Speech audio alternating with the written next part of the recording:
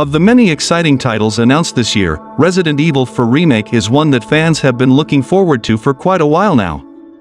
By many players' standards, the original Resident Evil 4 is one of the most influential games ever made, and Resident Evil 4 Remake certainly looks to capture the essence of what made the original such a memorable experience. Now, Resident Evil fans have been given a quick glimpse of what to expect from the remake in terms of both aesthetics and gameplay. Quite a lot of Resident Evil content was shown off in the recent Capcom showcase, including the announcement of Resident Evil Village Gold Edition, which will provide players with a multitude of new content for Resident Evil Village. In terms of Resident Evil 4 Remake, new information was shown off, but in a considerably smaller quantity. A brief, 5-minute segment on Resident Evil 4 Remake was shown via the Capcom showcase. In it, game director Yasuhiro Anpo and producer Yoshiaki Hirabayashi spoke about how the remake will capture the essence of Resident Evil 4, while also bringing modernity to the gameplay mechanics. Near the end of the segment, Capcom also showed off a 30-second gameplay clip that takes place further into the game. The main enemies of Resident Evil 4, the Ganado, are making a return, but have also been completely redesigned.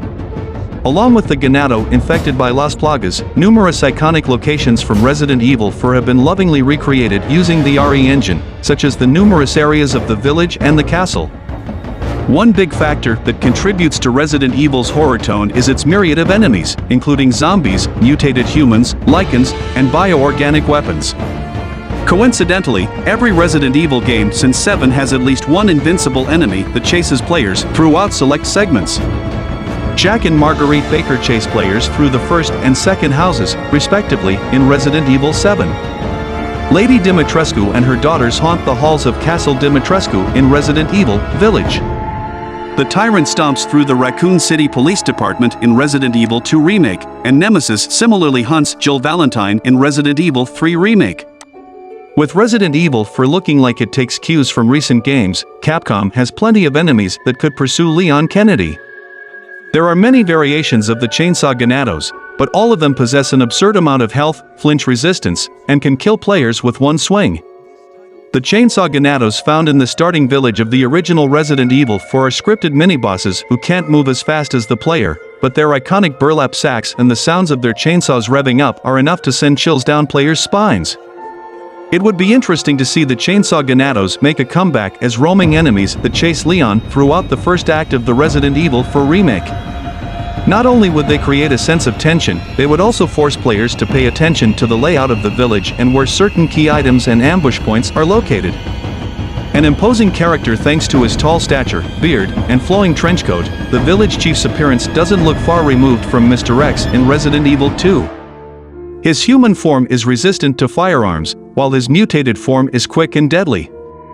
Though Vitor's Mendez was relegated to a boss fight and some quick-time events in the original Resident Evil 4, Capcom could give him more screen time by allowing his human form to chase players throughout the village. Seeing the towering Mendez push through waves of his citizens just to get at Leon would be a scary sight to behold. Though Ramon Salazar's human form is weak, and his transformed form is too big, the Verdugo bodyguards could serve as perfect foils to Leon and Ada as they make their way through the Castellan's abode.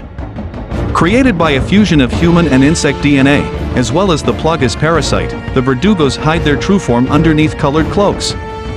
When called to action, these monstrosities shed their cover to reveal grotesque, slender bodies that allow them to attack from any angle. Leon fights only one of the Verdugos in the original Resident Evil 4, the other fuses with Salazar and the Queen Plaga for a boss fight, but it takes a lot of effort to avoid its attacks and wear the bodyguard down. Adding a roaming Verdugo to the castle segment of the Resident Evil 4 Remake would make it even scarier to explore. Created by implanting multiple Las Plagas parasites into a single human, regenerators can only be defeated by destroying all their parasites. In the original Resident Evil 4, Leon has to use a special scope on his sniper rifle to see the parasites, making the simple task of pointing and shooting the gun very stressful. Before acquiring the scope, the only way Leon can survive is by either stunning or running from them. The regenerators can be found on the island where Resident Evil 4's final act takes place, and serve as the ultimate test of the player's resource management and ability to stay calm in stressful situations. Since the regenerators are so iconic, and their very nature requires players to create space, Capcom will certainly have them return in the Resident Evil 4 remake. While his addition to the original Resident Evil 4 seems like an afterthought, players can't forget Jack Krauser's relentless pursuit of Leon in the final act. A soldier at heart, Krauser lobs flash grenades, uses his TMP submachine gun, and engages Leon in hand-to-hand combat. When he realizes he can't defeat Leon using conventional methods, he starts deploying explosive robotic drones and unleashing his Plagas-infected left arm. Having such a versatile enemy roaming around the island would make things harder for players, but also make killing him that much more satisfying. These are just a few of the many enemies that Capcom can turn into roamers for the Resident Evil 4 remake. Having an abundance of roaming enemies might diminish their appeal, and therefore if done properly Capcom could justify making the Resident Evil 4 remake a more survival horror-based experience. The original Resident Evil 4 featured a revolutionary combat system for its time. While it didn't invent the over-the-shoulder camera for third-person shooters, it perfected it, inspiring countless copycats for years to come. But while Resident Evil 4 was critically acclaimed at the time of this release, there are some elements to the game that have not aged particularly well, with critics pointing to the tank controls and the fact that hero Leon S. Kennedy can't move and shoot at the same time. With the upcoming Resident Evil 4 remake, it seems those criticisms will be addressed. Capcom announced the Resident Evil 4 remake at the latest PlayStation State of Play presentation with a brief trailer that seemingly confirmed that the game will be a faithful remake, albeit with a darker tone than the original. Capcom then followed up on that trailer with a very brief gameplay video that it shared at its own Capcom Showcase event, showing fans a scene of Leon walking through the woods and up to the house where he will have his first enemy encounter. The Resident Evil 4 gameplay video is very brief, but I think I've spotted a clue about a huge gameplay change in it. The video seemingly confirms that Leon will be able to move and shoot in the Resident Evil 4 remake, and while it seems like a small change on the surface, it could be huge in the grand scheme of things.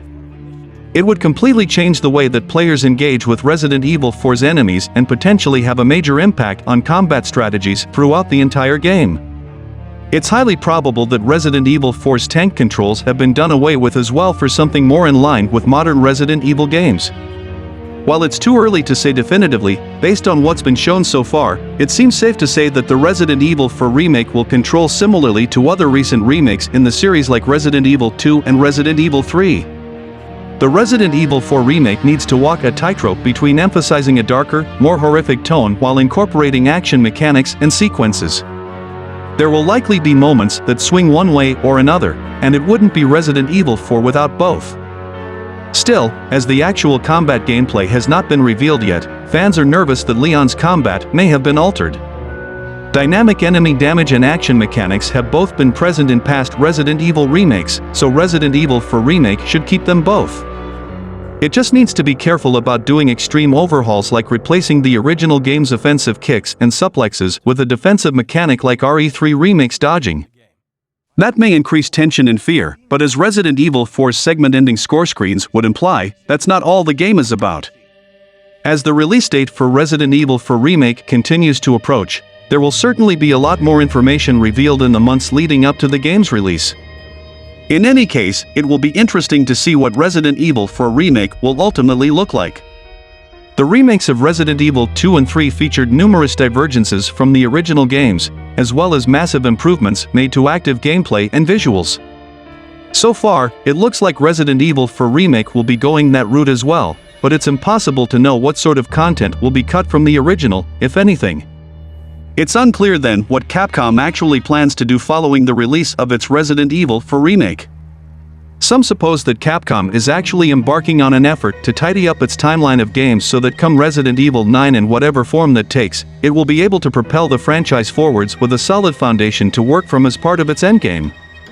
The difficulty at the moment is that the original Resident Evil games all centered around viruses of some kind that led to mutations and undead monsters hunting the player. But with the advent of Resident Evil 7 and ReVillage, Capcom took a departure and instead conjured up an idea of mutative mold. Current speculation hints that the Resident Evil 4 Remake and Resident Evil Village will share some sort of connection, supporting the suggested convergence of both sides into one singular story. However, Capcom may still just be planning to steam right ahead and will set its sights on a Resident Evil 5 remake next, even in spite of the difficulties it might face from deciding whether to cut the bizarre Chris Boulder punching QTE to tackling and resolving the racial criticisms it received on its initial release. Fortunately, in the meantime, it has nothing but time on its side, as Resident Evil 4's remake isn't due out until early 2023, with further content planned alongside this that ranges from Resident Evil Village DLC to more spin-offs. Still, there is a ticking clock that Capcom is going to have to reconcile sooner or later, and the sooner it does then the sooner its fans can move on from worrying about the loop it's headed for. Fans of Resident Evil were given plenty of things to be excited about following Capcom's showcase this past Sunday. While the first half of the event was geared toward titles such as its new IP, Exoprimal, and the new Monster Hunter Rise DLC, Monster Hunter Rise Sunbreak, the last third of the show was absolutely catered to the Resident Evil crowd. This was an event that would leave any die-hard Resident Evil fan salivating, with announcements for new next-gen upgrades coming to Resident Evil 7 Biohazard, Resident Evil 2, and Resident Evil 3, as well as a new look at Resident Evil for Remake's gameplay. Perhaps the most exciting aspect of the show was Capcom's way of pulling gamers back into the last entry in the series, as Resident Evil Village Gold Edition will release on October 28th. Packed with even more content to indulge in, this new bundled version of Village includes the base game and will be introducing the all-new DLC titled The Winter's Expansion, which can also be purchased as a standalone for fans who already own the base game. This expansion will give players a new campaign, a new camera perspective for Village, and additional mercenaries content. Starting with the first piece shown off from the Winter's expansion, viewers will finally get to see more of Rose Winter's 16 years after the events of Village's storyline. This new campaign, titled Shadows of Rose, puts players in her shoes from a third-person perspective as she navigates an entirely new environment filled with brand new enemies and familiar faces, with a mysterious story to uncover as she tries to escape an evil pursuing her. This new campaign is really fascinating because this is the first time players will be able to play as Rose and delve deeper into the powers she is coursing through her, and it'll be intriguing to see how Capcom ties that into the gameplay. Another interesting aspect of this story is the Megamycete, which Rose taps into, as it drags her into this new world where the story takes place. It played a large role in Village's story as well. Two characters that will surely play a big role in this mystery are a girl who looks just like her and Michael, a mysterious invisible person who leaves written clues. Judging from the trailer alone, these characters will likely be the ones who propel the story and keep it going throughout its duration. But if Resident Evil fans have learned anything from past titles, it's that mysterious persons are never really meant to be trusted. And also the merchant seems to be attacking Rose with some powers. He must be affected by the Megamycete or he could be another villain, and we have to find out how the Megamycete survived the huge explosion set by Chris Redfield, and also to find if these are happening inside Rose's head. According to the official Twitter page for Resident Evil, the Shadows of Rose DLC will have a much higher difficulty than Resident Evil Village. This is due to the fact that ammo, healing items, and other helpful tools will be much more limited by comparison. Presumably, this is meant as a way of emphasizing player choice in a way that's similar to the original Resident Evil titles, which is welcomed. The choice to have a higher difficulty in Shadows of Rose could be indicative of the story Capcom is trying to tell with this DLC campaign. Many players are speculating what direction the narrative of Shadows of Rose will take now that Ethan Winters is no longer the playable protagonist, and a large reason as to why that's the case is that not much is known about Rose's character to begin with. At the end of Resident Evil Village, it was revealed that Rose has grown up and has been trained under Chris Redfield in order to use her powers more efficiently. However, outside of that, not much additional information about Rose's character has been made available, which will certainly change once Shadows of Rose releases. It is no secret that during Resident Evil SAX's release in 2012, fans started falling out of love with the franchise. To combat Resident Evil's dwindling popularity, Capcom decided to shake things up in Resident Evil 7 by introducing a new storyline centered around a new cast of characters. While the concept of bioterrorism is still present in all Resident Evil games, the progression of the franchise's mainline story has always been from the perspective of Chris Redfield, Jill Valentine, Leon Kennedy, and Claire Redfield. However, to provide players with a new experience, Capcom introduced newcomer Ethan Winters as the main protagonist for Resident Evil 7 and Village, and Chris is the only character from the old games to appear in the latest installments. With Resident Evil Village closing the story of Ethan Winters, players are curious about what will happen next. Some speculate that Capcom may be planning to bring the franchise full circle by reintroducing other characters from old Resident Evil games. While no one knows how Capcom is planning to treat Shadows of Rose, there are two possible scenarios on how it could affect future installments in the franchise. First, Shadows of Rose could just be a mere DLC and nothing else, and Resident Evil 9 could reunite the franchise with the characters established before Resident Evil 7. However, if Shadows of Rose is a setup for Resident Evil 9, then it is unlikely that for the old characters to return to the story in a significant capacity. As confirmed in the trailer, Shadows of Rose is set 16 years after Resident Evil Village. Given this huge time jump, Chris, Jill, Leon, and Claire will all be in their early 60s. While Rose mentioned Chris in the trailer, he is likely no longer on active duty due to his advanced age. The same can be said for Jill and Leon, who work for the BSAA, Bioterrorism Security Assessment Alliance, and the US government, respectively. In the end, the Resident Evil franchise has always flourished by introducing monumental changes to its formula. In Resident Evil 4, the changes Capcom introduced made it a beloved entry and introduced the franchise to a new audience. Similarly, the focus on new characters and the continued evolution of the storyline may very well lead the Resident Evil franchise to new frontiers and extend its popularity for another 25 years. But it's also sad that these beloved characters will be gone sooner than later. Something that created quite a positive response from viewers was the fact that Shadows of Rose will be played from a third-person perspective. There hasn't been any confirmation if players will be able to swap back and forth between third or first person, so it's safe to assume that so far, this will solely be an out-of-body experience. It does make one's mind wander over to the possibility that future RE titles could switch back to a third-person perspective going forward. Capcom seems to have doubled down on this theory by including a new third-person mode for the main Village campaign as well in this Gold Edition. Fans will finally be able to play ReVillage from a fresh third-person perspective, with brand new animations to further the immersion of its gameplay. This is sure to be very tempting for fans who may have liked Village but missed that true Resident Evil feel with the over-the-shoulder style of the camera. The fact that Capcom included a third-person perspective in Village alongside a new story really raises eyebrows about what Capcom has going on behind the curtain.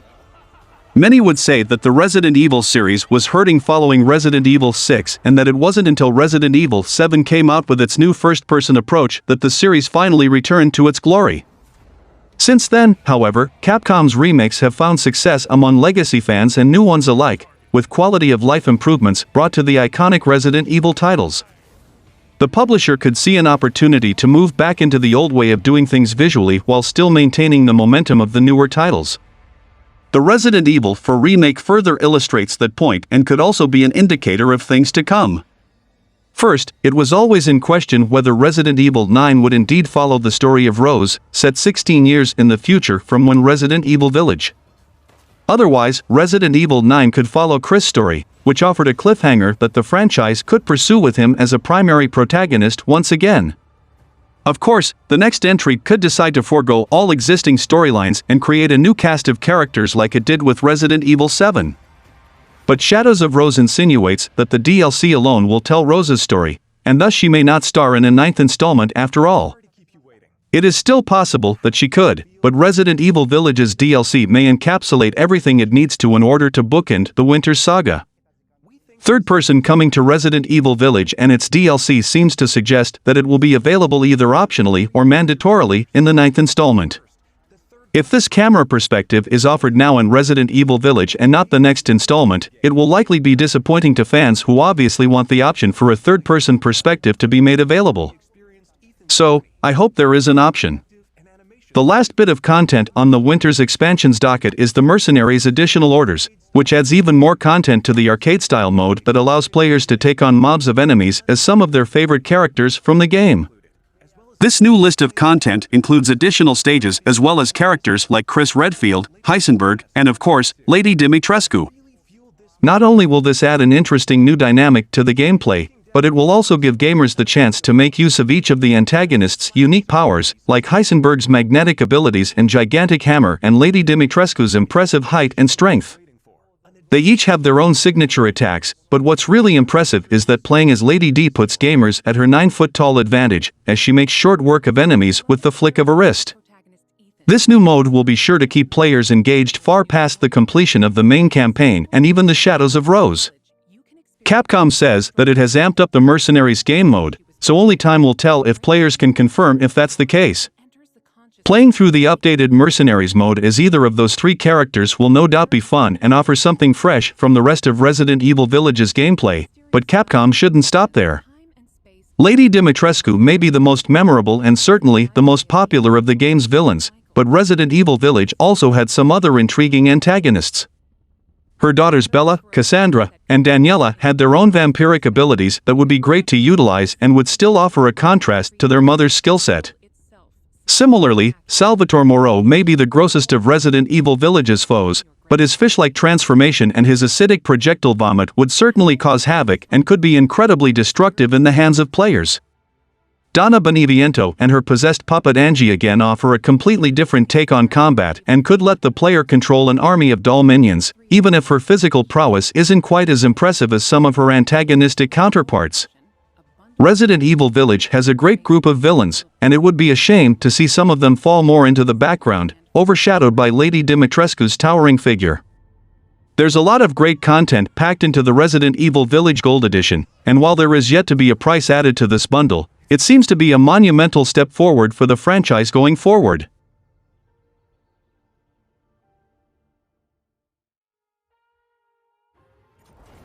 With Capcom revealing a lot of Resident Evil-related news during its most recent conference, there's a lot for survival horror fans to be excited about.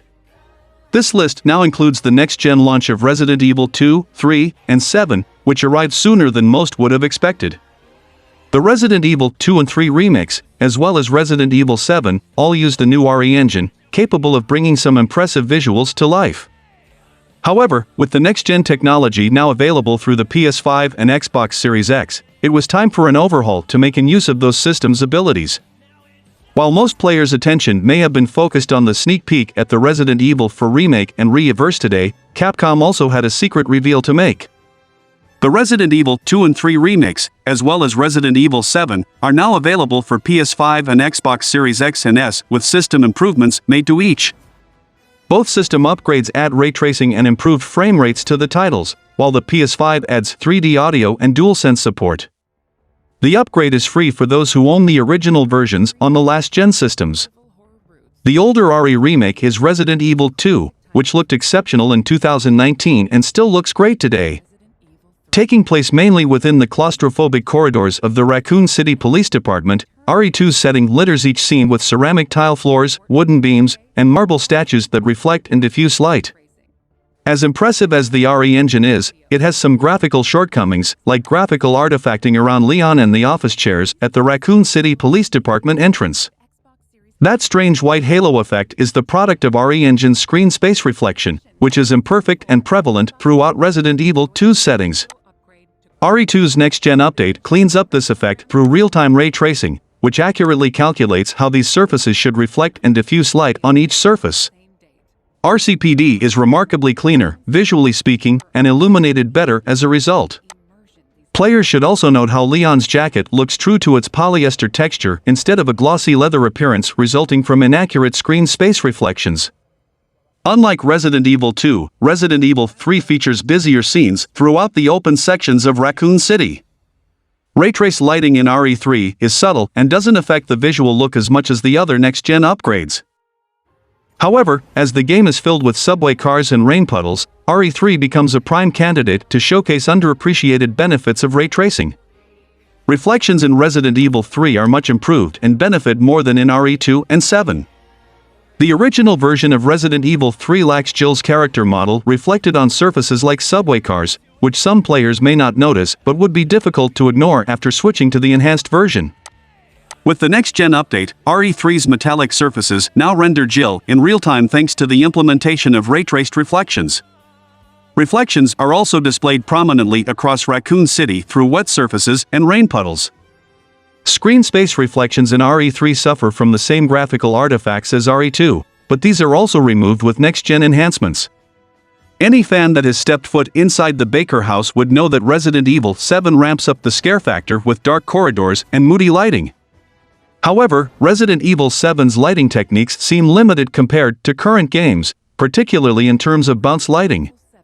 Light posts in the Baker house only illuminate in pockets, making more ominous scenes but also unrealistic ones. Non-RT versions are shrouded in total darkness. With ray trace lighting in full effect, the scene composition in Resident Evil 7's darkest corridors changed significantly.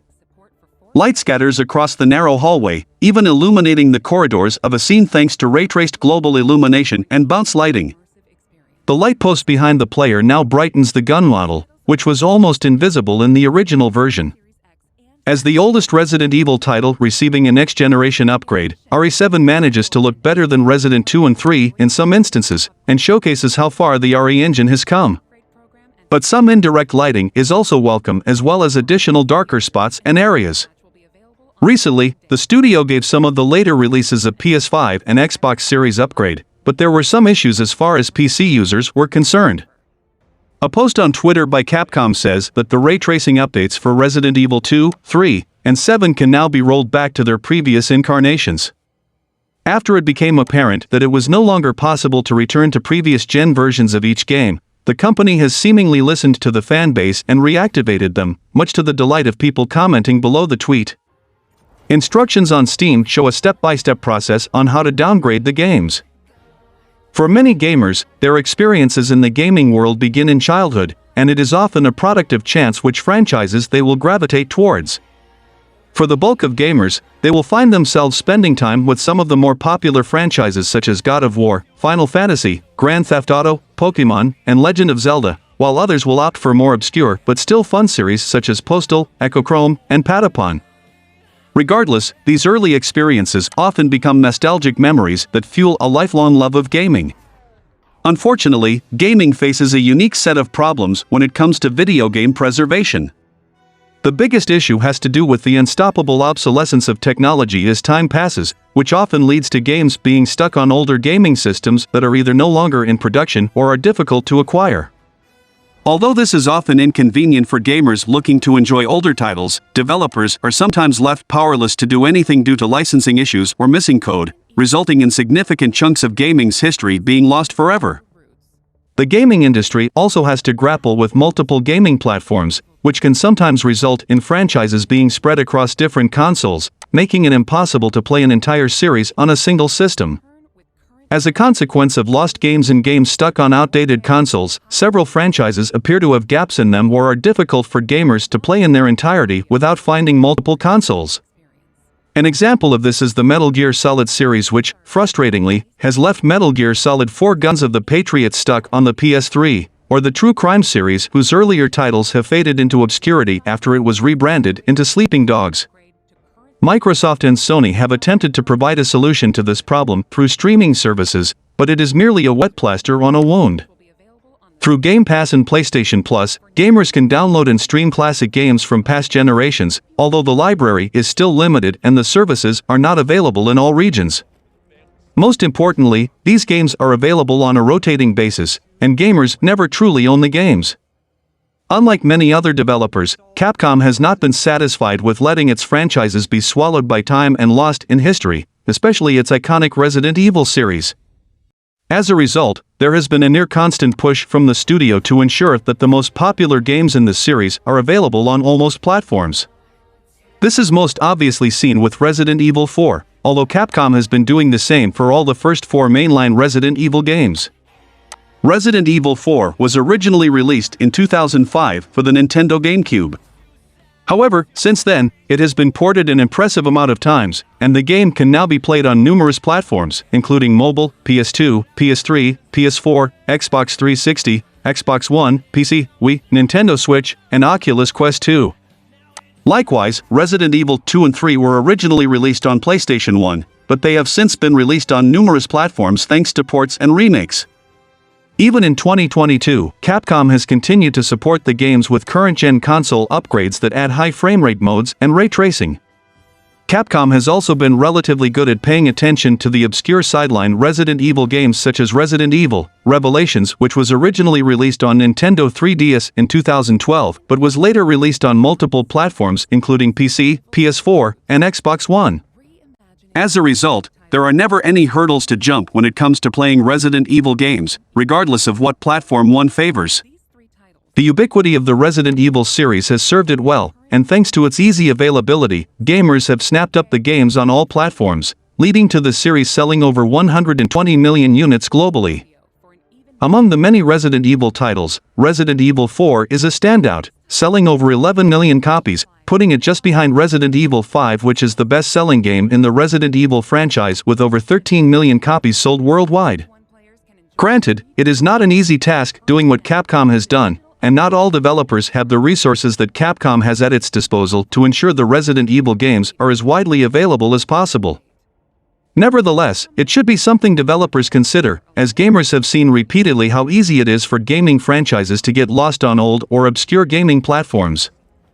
Video game preservation is more than just a nice convenience for gamers, it is a way to guarantee that gaming's history remains alive for future generations to access and enjoy.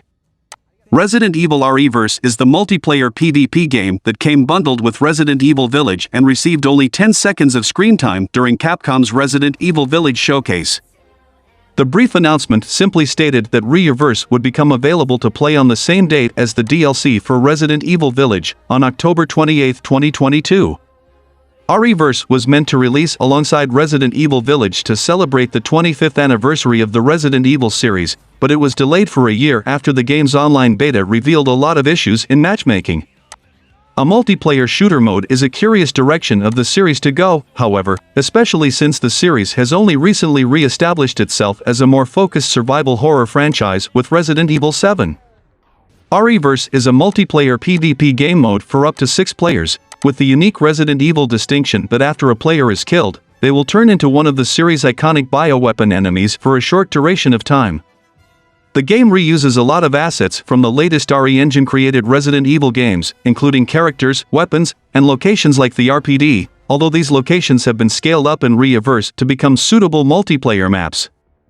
All the assets have also been given a cel-shaded, almost Borderlands-style look, which was likely done to ease the processing strain on the game. Capcom seems interested in establishing an online multiplayer component in its RE games, as the Resident Evil 3 Remake also came bundled with an interesting, but ultimately ill-fated asymmetric multiplayer game mode named Resident Evil Resistance. ReVillage appears to be a more traditional attempt at a multiplayer PvP mode that would likely have increased the amount of time players spent with RE8. Releasing a year after Resident Evil Village means that ReVillage may have already missed its chance to do this. The very brief appearance of ReVillage in the Capcom showcase does cast doubts over how much faith the developer has in the game's success. ReVillage could become another of Capcom's ill-fated attempts at making a multiplayer Resident Evil game. Sony's big PlayStation Plus revamp is now live across PlayStation 4 and PlayStation 5 consoles, giving subscribers who choose to upgrade access to hundreds of titles. Those who want the most bang for their buck will want to subscribe to PlayStation Plus Premium, as that not only gives fans access to a selection of retro games, some of which come with enhancements to make sure they run better than they did on their original hardware.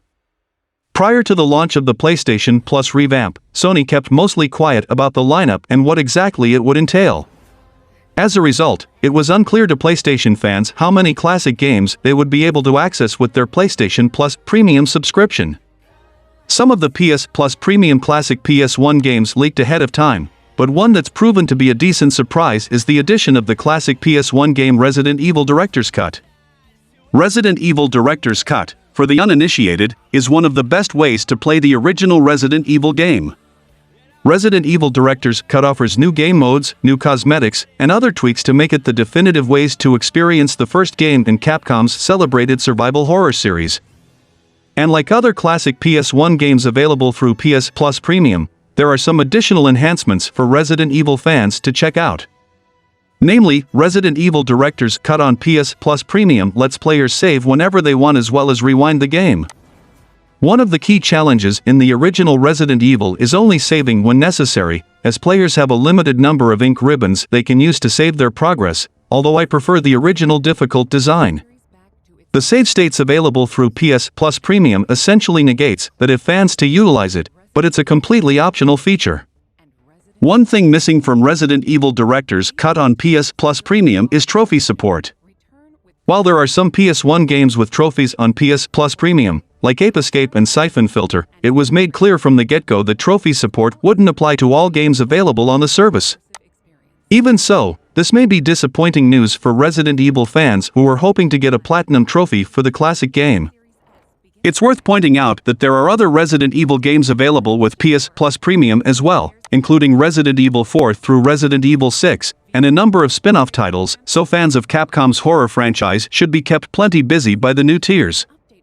From the latest Capcom showcase, I've covered only what interested me, which is the Resident Evil news, and I'm looking forward to the remake on PS5 and PSVR 2 and the RE8 DLC. And that's all for the video, guys. Like and share the video for a greater audience. Comment your thoughts on the topics, and donations are always appreciated. Subscribe to the channel and click the bell icon, and until then from SMPV, it's goodbye.